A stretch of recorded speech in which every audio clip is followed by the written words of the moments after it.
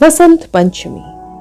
आता वसंत का मौसम, धरती धरती नव परिधान, पल्लव पुष्पों से लद जाते, वृक्षों में आ जाती जान। भरे बालियां से गेहूं और बिखरे सरसों का सोना, भ्रमर वृंद पुष्पों पर डोले, खिले धरा का कोना कोना। स्वर्ण रजत मंजरियों से भर जाता वृक्षों का दामन, ऋतु वसंत की महिमा न्यारी, दम के वसुधा का आंगन। ऋतु वसंत के आते ही कण कण प्रकृति का खिल जाता, नव उमंग नव चेतना का भव्य भाव मन में भर जाता। माघ माह के पंच दिवस पर होता एक महा त्योहार, वसंत पंचमी कहते इसको, विष्णु काम का पूजनवार। पीत वसंत धारण कर सारे, हो उल्लसित यह पर्व मनाते, पूजन हवन प्रार्थना करके अपने जीवन को सरसाते। वसंत पंचमी की महिमा का किस विधि हो सकता है बखान, सामाजिक सांस्कृतिक पर्व यह, इसकी महिमा बहुत महान। मनुष्य योनि का सर्जन कर ब्रह्मा जी को फिर कुछ भान हुआ, कमी कहाँ रह गई मौन क्यों, फिर विष्णु का ध्यान किया।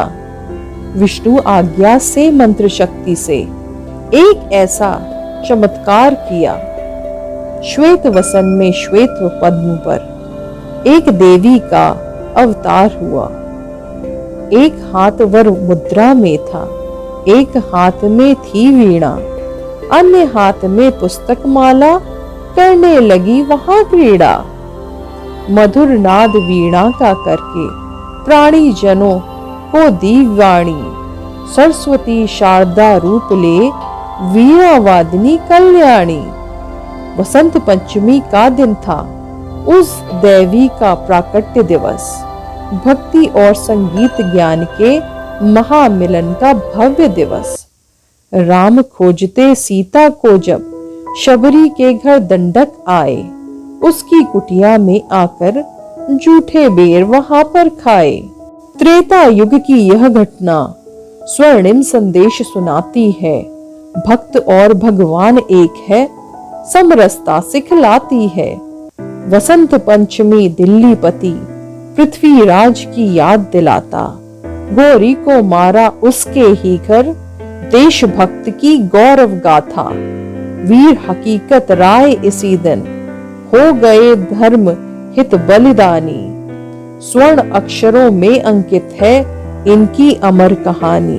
गुरु राम सिंह कूका ने वसंत पंचमी में जन्म लिया, धर्म और धरती रक्षा हित मुगलों से संघर्ष किया। कला और साहित्य के प्रेमी भोजराज का जन्म दिवस है, जिनके राज्य में प्रजा सुखी थी, उज्जयिनी का पूर्ण सुयश है। अमर पुरोधा छायावादी विविध ग्रंथ के रचनाकार, कवि निराला इस दिन जन्मे, महाप्राण निर्धन आधार। संस्कृति और भक्ति से है यह पर्व महान, इसे मनाए प्रेम से बढ़े बुद्धि और ज्ञान।